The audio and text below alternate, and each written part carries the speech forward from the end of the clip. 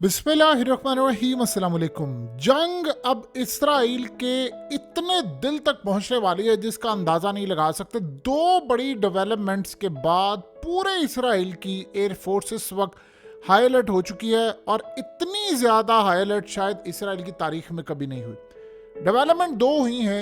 एक डेवलपमेंट ये है कि जिसमें लिबनान यानी हिजबुल्लाह की जानिब से इसराइल की मिलिट्री साइट्स इन्होंने एक नया हेडक्वार्टर बनाया, उस पर रॉकेट्स की बरसात हुई है, मिसाइल मारे गए हैं, ड्रोन्स मारे गए हैं और इतना अंदर तक जाकर ये पहली दफा ऐसा हुआ है कि इतने बड़े पैमाने पर इन्होंने तबाही की है। और ये यमन के हमले के बाद तबाही हुई है, इतनी ज्यादा तबाही हुई है कि इनके नए हेडक्वार्टर्स इन्होंने बनाए थे वो सारे के सारे ड्रोन्स ने आकर उड़ा दिए हैं और बड़े पैमाने पर इनके बहुत ज्यादा फौजियों को नुकसान पहुंचा, कई मारे गए हैं और बड़ी तादाद के अंदर इस वक्त इसराइल में यानी आप समझे ताबड़तोड़ हमले हुए हैं। लेकिन जो नेक्स्ट डेवलपमेंट है वो इतनी ज्यादा खतरनाक है कि इसराइल इसको मैनेज नहीं कर सकती। यमन की इस वक्त जो नई स्ट्रेटजी सामने आई है, यमन के हौसियों ने ऐलान किया है कि अब वो फैसला करने के लिए जा रहे हैं कि उन्होंने कब या किस तरह हमला करना है। वो कह रहे हैं कि अब हम इसराइल की खास तौर पर जो इंफ्रास्ट्रक्चर है जिसमें ऑफशोर गैस फील्ड है, जिससे इनको गैस मिलती है, पूरे का पूरा एनर्जी सिस्टम चलता है, हम उसको उड़ाने के लिए जा रहे हैं। अगर ये काम हो गया तो ये समझ लें कि दुनिया की तारीख का ये पहला मार्का होगा कि कोई इतने अंदर तक घुसकर जाकर हमला कर जाए। और ये अगर हमला कर दिया तो आप ये समझ लें कि सारा सिस्टम नाकाम होगा और सारी दुनिया ये देखेगी कि इनके पास ऐसा असला कैसे आया कि वो इनके अंदर गैस फील्ड को जाकर हिट करें। ये कौन कौन सी जगह पर है ये समझ ले जरा। देखिए, सबसे पहले जो सूरत हाल इस वक्त पैदा हुई है, लेबनान की जानिब से इन्होंने कल हमला किया था जो इजराइल ने, उसका दिया गया है जवाब। इन्होंने काम ये किया है कि इन्होंने नए तर्ज के रॉकेट कुछ मारे हैं, जिसे इसराइल की जो आउटपोस्ट थी मिलिट्री की उनको उड़ा दिया है और जो हिल्स के ऊपर इन्होंने अपनी यानी फौजी अड्डे बनाए हुए थे, छोटे बड़े पोस्ट और ये चीजें, उसको उड़ा दिया। अब ये रॉकेट्स वहां पर जाकर हिट किए हैं, उसके अलावा ड्रोन जाकर हिट किए हैं और शेल्स। अब हुआ ये है कि इन्होंने अब हालिया कुछ नए हेडक्वार्टर्स बनाए थे क्योंकि पिछली साइड को तो इन्होंने उड़ा दिया था। अब वो जो नए हेडक्वार्टर्स थे उसमें इन्होंने एडवांस लेवल की टेक्नोलॉजी इंस्टॉल की, एंटी ड्रोन सिस्टम था वहां पर और वो मंगवाया इन्होंने यूरोपियन कंट्री से भी था कि जी हम हिफाजत करेंगे। वहां इन्होंने टॉप के फौजी रखे, इनका ख्याल था कि इसको हम इजीली बचा लेंगे। वहां पर हमला जब हुआ है तो उस बेसिस को और इन चीज़ों को पूरी तरह उड़ा दिया गया है और ये इतनी खतरनाक सूरत हाल है कि इनके कई फौजी भी इसमें मारे गए हैं। अब आप ये सोचें कि यहाँ पर इस सारे मामले में सबसे अहम डेवलपमेंट ये है कि इस वक्त इनके जो गांव वाली साइड है वहां पर जाकर उन्होंने हमला किया, तो बदले में इन्होंने जवाब दिया और ये इसराइल के लिए बहुत खतरनाक हमला था कि उनके नए स्टैब्लिश किए गए मामलात वहां बुरी तरह उड़ाए जा रहे हैं। यानी आप ये सोचें कि एक हेडक्वार्टर आपने नया बनाया है कि हम यहाँ पर नई चीज़ें इंस्टॉल की, वो भी इनसे नहीं रोकी गई। ये बहुत खतरनाक हमला था और इसमें नए तर्ज के रॉकेट्स, ड्रोन्स और दीगर चीज़ें इस्तेमाल की गई।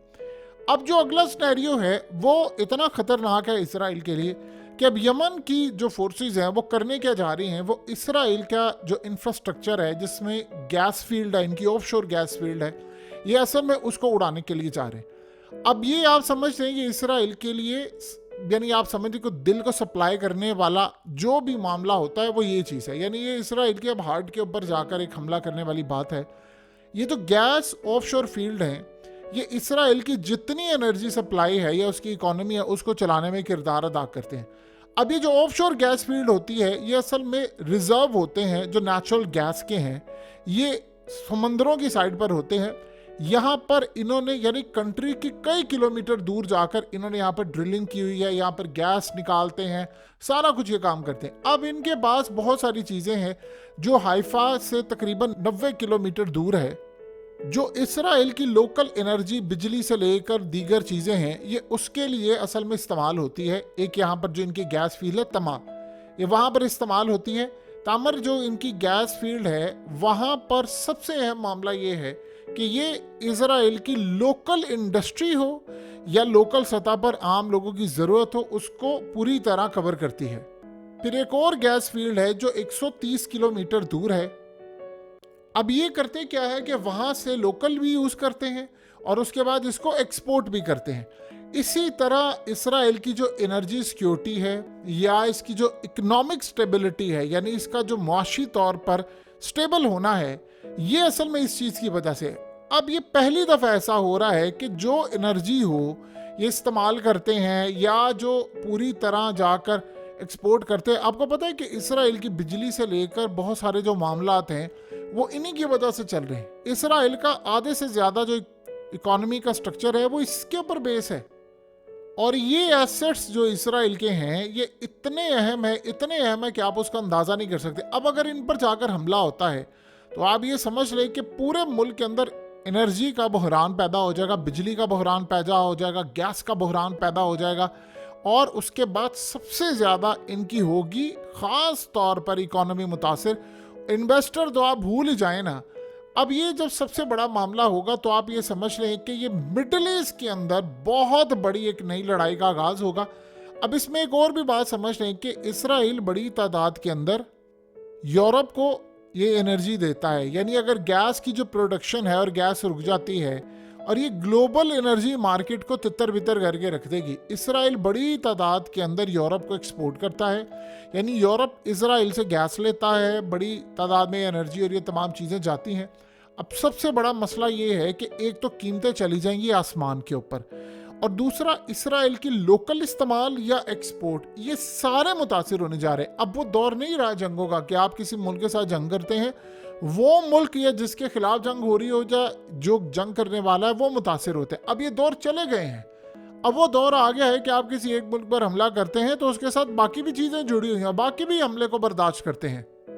ये जो एनर्जी, आपको पता है कि एनर्जी रिसोर्सेज का ही सारा इम्पैक्ट पड़ता है इकोनॉमी पर। पाकिस्तानियों से बेहतर कौन समझता है कि जब गैस की कीमतें ऊपर जाती हैं, तेल का बहरान हो, गैस का बहरान हो या किसी तर्ज का बहरान हो, तो मुल्क की इकोनॉमी पर किस तरह बराह रास्त असर पड़ता है।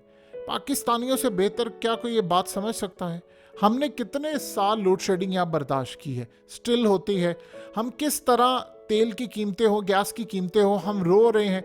अब आप सोचें ज़रा कि आपके मुल्क में ये सूरत हाल इस तरह की है, तो जिस मुल्क वो खुद प्रोड्यूस कर रहा है, फिर यूरोप उसे इम्पोर्ट करता है, अब उनके साथ ये सूरत हाल हो तो उनकी इकोनॉमी पर असर क्या पड़ेगा? वो कंपनीज क्या करेंगी? आज कई होटल सर्विस वाली कंपनीज ने बैंकरप्सी फाइल कर दी है कि जो होटल को प्रोवाइड करने वाली सर्विस है वो कह रहे हैं जी हम ये नहीं कर सकते, अब हमारा सिस्टम बड़ा ख़त्म हो गया है। तो आप अंदाज़ा यहाँ से कर सकते हैं कि अब यमन के हौसी यहाँ पर जाकर हमला करेंगे तो ये हमला तब तक का सबसे खतरनाक होगा। उन्होंने अब ये क्या फैसला किया है? उन्होंने कहा जी अब हम इसराइल के ऊपर वहां पर हमला करेंगे जहां पर उनको दर्द ज्यादा होगा। अब वो हमला क्या होता है? देखिए, इसराइल के जेट्स गए, उन्होंने जाकर उनकी ऑयल रिफाइनरीज पर हमला किया। ये बहुत बड़ा हमला था, बहुत बड़ा हमला था। वहां पर जाकर इन्होंने उनकी जो इलेक्ट्रिसिटी वाला इंफ्रास्ट्रक्चर है वहां पर जाकर भी हमला किया। तो उन्होंने कहा हम बदले में यही काम करेंगे।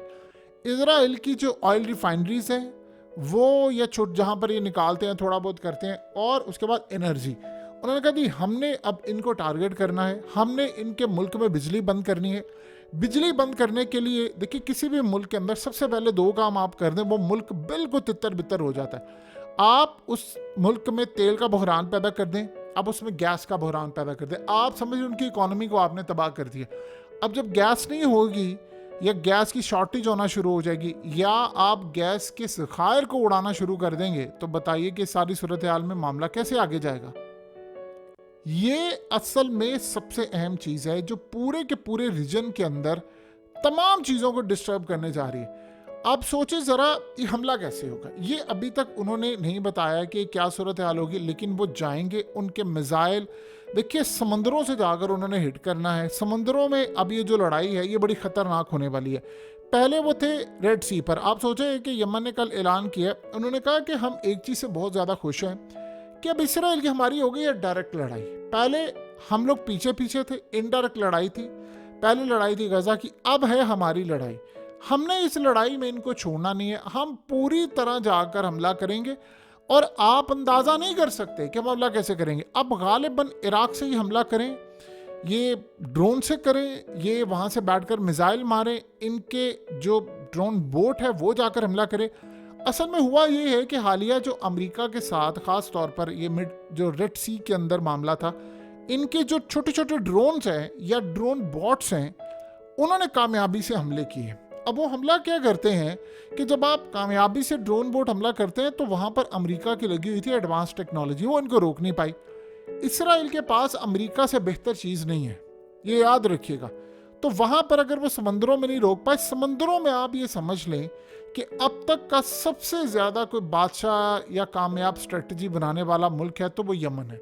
यमन ने समंदरों में पिछले 290 दिनों में इतनी ज़्यादा तबाही मचाई है कि अगर इसराइल इस काबिल होता समंदरों का मामला करने में तो वो शिप तबाह कर देता उनके। वो शिप नहीं तबाह कर सके, वो उनकी बॉट्स नहीं तबाह कर सके, वो हमले को रोक नहीं पाए।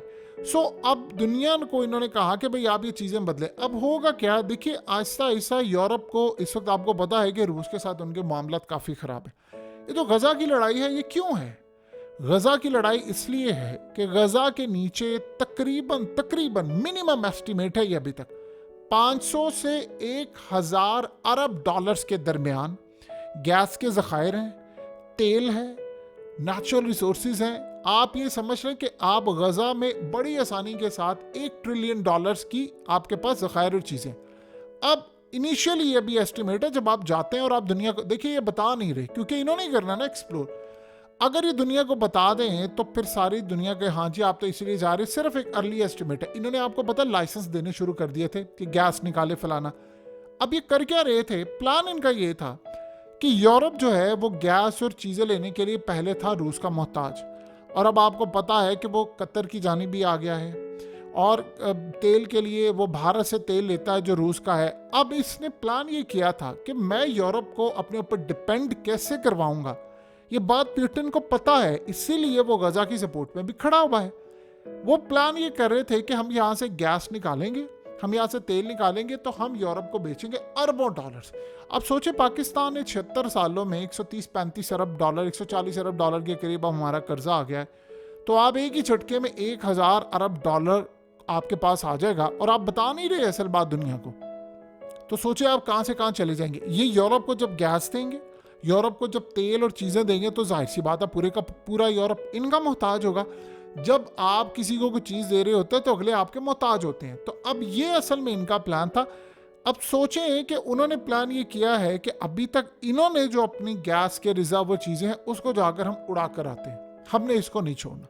तो इस सारे सिनेरियो के अंदर सबसे ख़तरनाक सूरत हाल ये पैदा हो रही है कि इसराइल इस वक्त मुकम्मल तौर पर फेस करने के लिए जा रहा है एक ऐसा हमला जो आज से पहले इन्होंने नहीं देखा। अब ये हमला कैसे करेंगे, ये इस सारे सिनेरियो में इनके शिप्स जाएं, इनके ड्रोन्स जाएं, इनकी चीज़ें जाएं, ये किसी को नहीं पता। असल में ये तैयार थे इस मामले के लिए, इनको ये तो पता था कि ये लड़ाई होनी है, और इन्होंने बड़ी देर से तैयारी करके रखी हुई थी इसकी कि हम किस तरह इनके ज़खायर को उड़ाएंगे, हम कैसे मैनेज करेंगे। ये इनको पता था कि लड़ाई होनी है। तो समंदरों में अब तक सबसे अहम बात एक बात समझ लें कि रूस इनको हर तरह की टेक्नोलॉजी अब दे रहा है। जो आप ये सोचें कि अगर यूरोप को गैस नहीं मिलती, या जो गैस की शॉर्टेज है, या एनर्जी की शॉर्टेज है, चीज़ों की शॉर्टेज है बड़ी तादाद के अंदर, देन व्हाट नेक्स्ट, क्या होगा? वो किसके मोहताज होंगे? ऑलरेडी वो कतर से ले रहे हैं, फिर वो रूस वाला मामला फिर वही सामने आ गया। अब असल में इजराइल ने प्लान ये किया था कि अगर कल को मैं पूरे यूरोप को ये चीज़ें सप्लाई करना शुरू करता हूँ तो मैं फिर जंग के लिए उनको आमादा करूँगा। आपको पता वैसे ही उसका जो है असर व रसूख कितना ज़्यादा है, लेकिन इस सिनेरियो में तो इनका असर व रसूख और भी ज़्यादा बढ़ गया है। तो कुल मिलाकर जो सूरत हाल इस वक्त पैदा हो गई है वो पहले से ज़्यादा ख़तरनाक है, और पहले से ही ज़्यादा मामलात इनके ख़राब हो चुके हैं।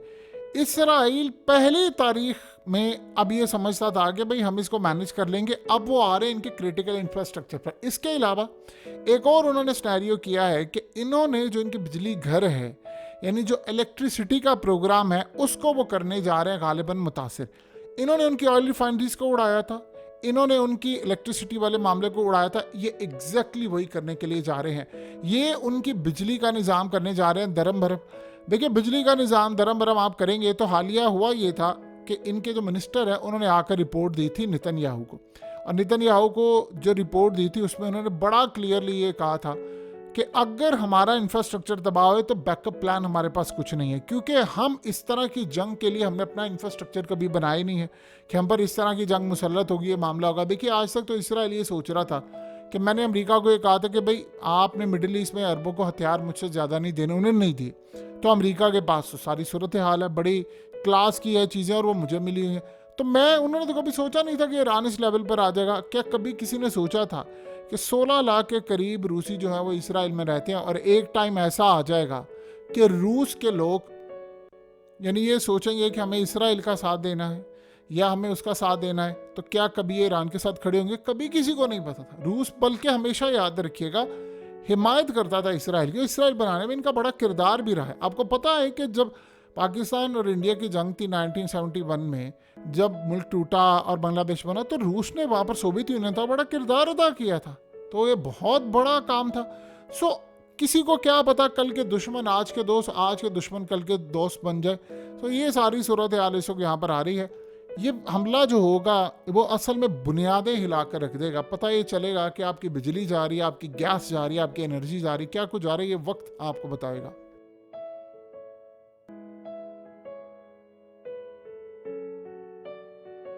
हकीकत टीवी को सब्सक्राइब करना मत भूलें, वीडियो को लाइक करें, शेयर करें और कमेंट सेक्शन में अपनी राय का इजहार ज़रूर करें।